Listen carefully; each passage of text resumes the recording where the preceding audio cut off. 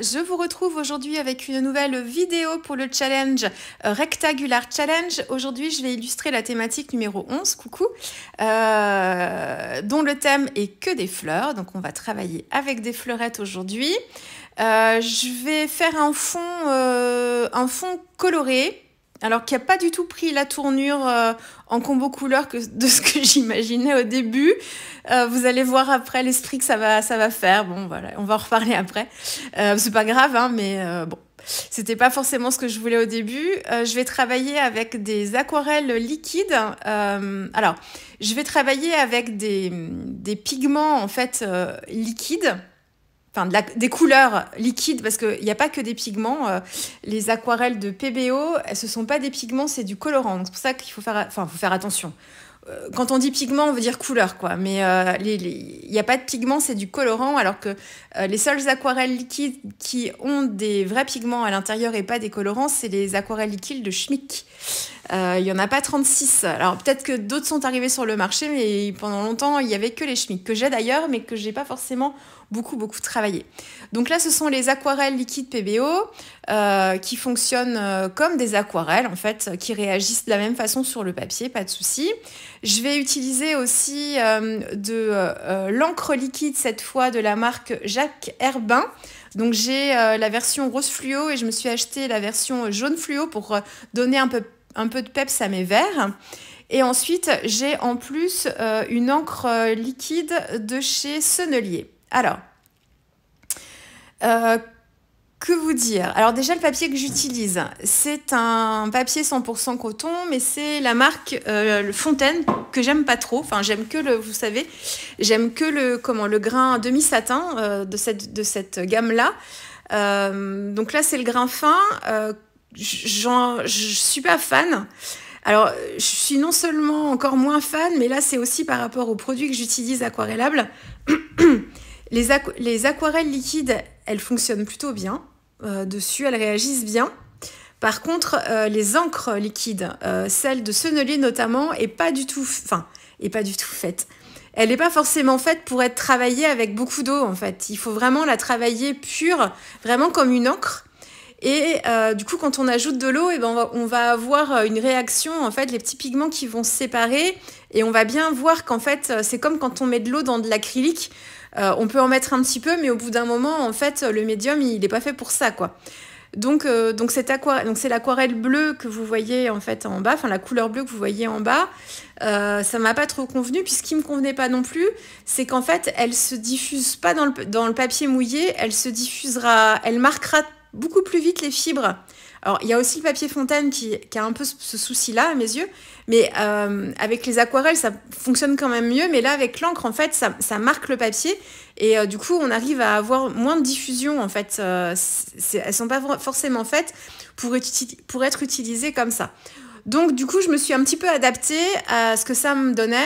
Et j'ai pas hésité à recommencer, comme là, ce que je suis en train de faire, à recommencer, en fait, des couches, pour essayer de voir un petit peu ce que j'allais pouvoir faire de tout ça. Je voulais volontairement quelque chose d'assez peps et je voulais dans l'esprit avoir en fait un tapis vert pour matérialiser un petit peu le sol, la végétation, la verdure, et puis avoir un arrière-plan ensuite qui soit plus coloré en fait dans des teintes de rose un peu peps, pour donner l'impression d'un champ en fait fleuri avec beaucoup de couleurs, comme un champ de tulipes ou un champ de coquelicots, ce genre de choses. Et du coup, toute la difficulté a été de faire une transition entre toujours, je vous ai déjà fait des vidéos sur le sujet, de faire une transition entre deux couleurs qui sont opposées sur le sac chromatique. Parce que d'un côté, vous avez le rose, de l'autre côté, vous avez le vert, qui sont deux couleurs opposées. Quand on mélange le rose et le vert à proportion égale, on obtient du marron. Donc, il y a la petite zone de transition au milieu, où les deux couleurs vont se rencontrer, qui va faire un mélange qui va être un petit peu marronasse, quoi. Si on ne contrôle pas très bien, Donc pour éviter ça, en fait, j'ai moi mis une couleur de transition, c'est-à-dire qu'une couleur qu'on va retrouver à la fois dans mon rose et à la fois dans mon vert. Donc c'est le jaune qui me permet de faire la transition entre les deux. Et puis je vais essayer d'adapter comme ça pour éviter d'avoir une zone au milieu qui soit un petit peu plus désaturée et pas forcément très très très jolie. Et donc du coup ça m'a donné un combo couleur un peu Rastafari.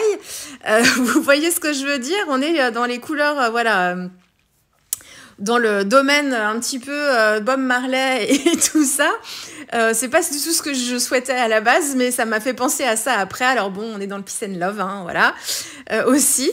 Mais ça me donne un combo couleur un peu très tranché, quoi. Mais bon, c'est dans les couleurs que j'ai choisies aussi, parce que les couleurs PBO que j'ai, volontairement, là aussi, je choisis des couleurs, en fait, qui sont très flash, pour donner vraiment du peps aussi quand je veux utiliser des rayas, enfin, quand je veux faire des rayas avec des couleurs, en fait, un peu plus toniques. Et ça me permet de pouvoir apporter un peu plus de vibrance. Bon là, voilà, donc c'est pas du tout ce que je souhaitais comme ambiance, mais bon, ça finit comme ça, c'est pas grave. Donc ça c'est pour le fond, donc j'ai fait une deuxième couche, j'ai gommé en fait la partie bleue qui me plaisait pas. Donc du coup bah voilà, j'ai donné un peu plus de verdure. Et puis on est sur quelque chose d'assez flashouille quand même. Alors, la thématique que des fleurs. Donc, moi, j'utilise un tampon donc c'est un tampon de Janet ici. Il n'y a pas beaucoup de tamponnage, hein. Vous allez voir, j'ai un fond qui est tellement, tellement coloré que j'ai pas voulu, en fait, charger plus. Et mes fleurs, en fait, elles vont venir temporiser un petit peu le côté flashouille aussi. Puisque je vais pas les travailler, j'imaginais les travailler en ton sur ton au début, un petit peu rose-rouge.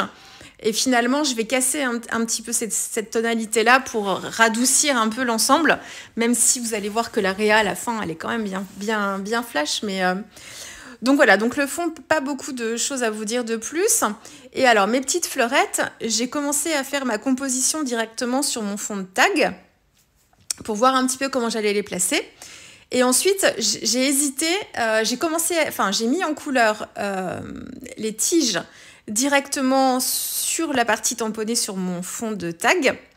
Et dans l'idée, c'était de faire les fleurs à part, enfin les têtes de fleurs, de les faire à part, de les détourer, de les coller par-dessus. Donc, c'est ce que je fais ici. J'utilise ici les Neocolor 2 pour les mettre en couleur.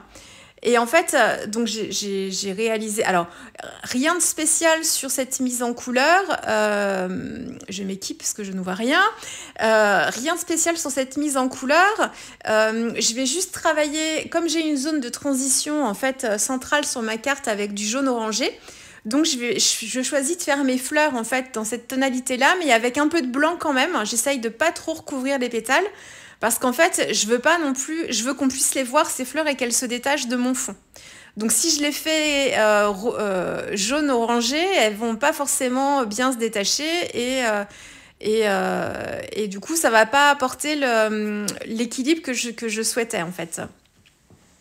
Donc je les travaille assez légèrement et en fait ce que je fais, c'est que d'habitude en fait je fais, après ça dépend, ça dépend du type de fleur aussi, mais d'habitude je fais foncer au niveau du cœur de la fleur et puis plus je vais vers la pointe des pétales et plus j'éclaircis. C'est dans mes habitudes en fait, je fais pareil pour les feuilles, enfin voilà.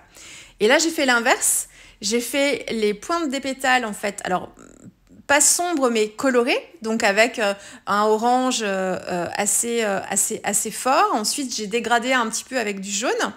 Et je fais comme ça et j'essaye de bien contrôler pour laisser des zones de blanc. Donc j'étire un petit peu les couleurs, mais sans que ce soit non plus, sans que ça prenne le pas sur toute la pétale, en essayant de garder des zones de blanc. Donc j'ai fait ça pour les pétales. Et puis le cœur des fleurs, je les ai faites avec un Neocolor jaune assez peps aussi. Alors c'est pas forcément, je sais pas quel est son nom. Alors c'est pas le jaune citron non plus, parce que le jaune citron il tire un peu vers le vert. Hein. Là c'est pas le cas, je sais pas. Enfin c'était un jaune assez lumineux. Et alors ce que j'ai fait, il faudrait que je le reteste. J'ai tamponné mon motif avec ma Versafine clair noir. J'ai bien séché mon motif avec mon heat gun pour que l'encre ne bave pas. Hein, parce qu'elle met beaucoup de temps à sécher cette encre. Et ensuite, j'ai mis encore les pétales. Aucun problème, l'encre n'a pas bavé, tout s'est très bien passé. Par contre, quand j'ai le cœur des fleurs, j'ai crayonné avec mon néocolore directement sur le cœur de la fleur avant de mettre en couleur. Et en fait, ça a fait baver mon trait.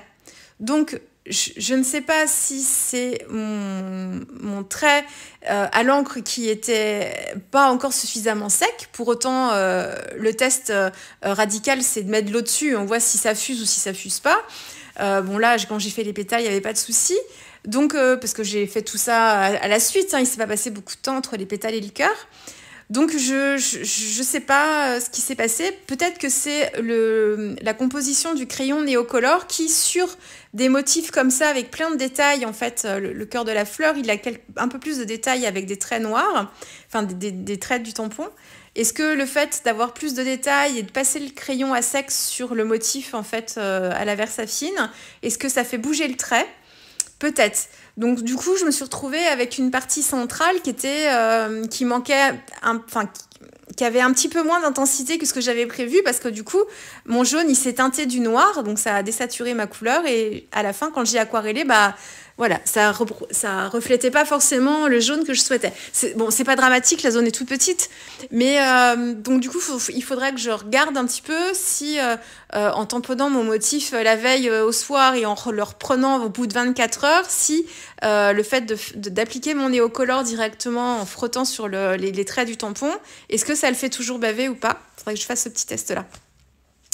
Bon, de toute façon, c'est pas bien grave. J'ai repris en plus certains motifs après avec un crayon gel pailleté doré en fait sur le cœur des fleurs. Donc bon, c'est pas du tout, c'est pas grave du tout. Et alors après, la question c'était de savoir est-ce que je fais les tiges aussi à part et je les mets en couleur pour qu'elles ressortent un peu plus du fond, ou est-ce que en fait je garde l'idée du départ. Donc du coup, j'ai fait les deux. J'ai mis en couleur les tiges et puis j'ai essayé de voir ce qui me semblait le plus sympa. Et en fait, je trouvais plus percutant de faire l'idée du début, c'est-à-dire de garder que les fleurs et que les tiges, elles se fondent dans mon fond.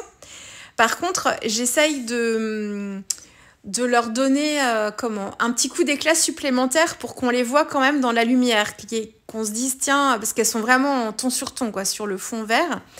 Donc, le fait d'utiliser les néocolores aussi me permet de changer de médium. Le néocolore, il est un peu crayeux, il n'a pas le même aspect en fait. Il se travaille, quand on l'utilise aquarellé, il se travaille comme un godet d'aquarelle classique, hein, mais on n'a pas la même finition forcément. Et du coup, d'utiliser un médium différent sur un fond aquarellé, ça permet aussi de faire ressortir le motif, quoi. Si j'avais repris mes aquarelles en travaillant le ton sur ton, j'aurais pas réussi à avoir ce rendu-là non plus. Ça peut être pratique. Une autre solution, c'est d'utiliser des crayons de couleur. C'est encore mieux, hein, parce que du coup, vous travaillez à sec avec des crayons, si vous utilisez les Luminance ou les Prismacolor ou les Pablo aussi, qui sont assez gras, vous allez recouvrir votre motif et ça va bien se voir aussi. Si vous voulez travailler de façon aquarellée, le Néocolor 2 est plutôt pratique. Donc j'ai travaillé comme ça et ensuite, ce que j'ai fait en plus pour que les tiges et les feuilles se voient mieux, vous verrez ça un petit peu plus bas, c'est que j'ai pris en fait un crayon gel, j'ai testé mes crayons gel pailletés colorés et j'ai essayé de voir en fait en mélangeant un peu j'avais pas la couleur qu'il me fallait et en mélangeant un crayon gel pailleté bleu et un crayon gel pailleté un peu vert avec des reflets, j'ai essayé et en estompant avec mon doigt, j'ai essayé d'avoir une couleur qui me convenait mieux et surtout que mes feuilles en fait ressortent un petit peu plus de mon fond. Voilà, le titre Shine Rise, c'est sur la même planche de tampon avec les petites marguerites là. Donc voilà, j'espère que cette petite carte tag d'Art Journal vous aura plu pour ce challenge, rectangulaire challenge. Moi j'en ai fait d'autres depuis, là j'ai beaucoup de retard dans les montages voix, donc bon, celle-ci a été faite il y a un petit moment déjà. Donc voilà, je vais essayer de rattraper mon retard, mais j'en suis là au jour d'aujourd'hui, on est autour du 10 avril, j'en suis à 15, je suis à la moitié du challenge, donc voilà, je vais continuer ça. Voilà, je vous dis à très vite, au revoir.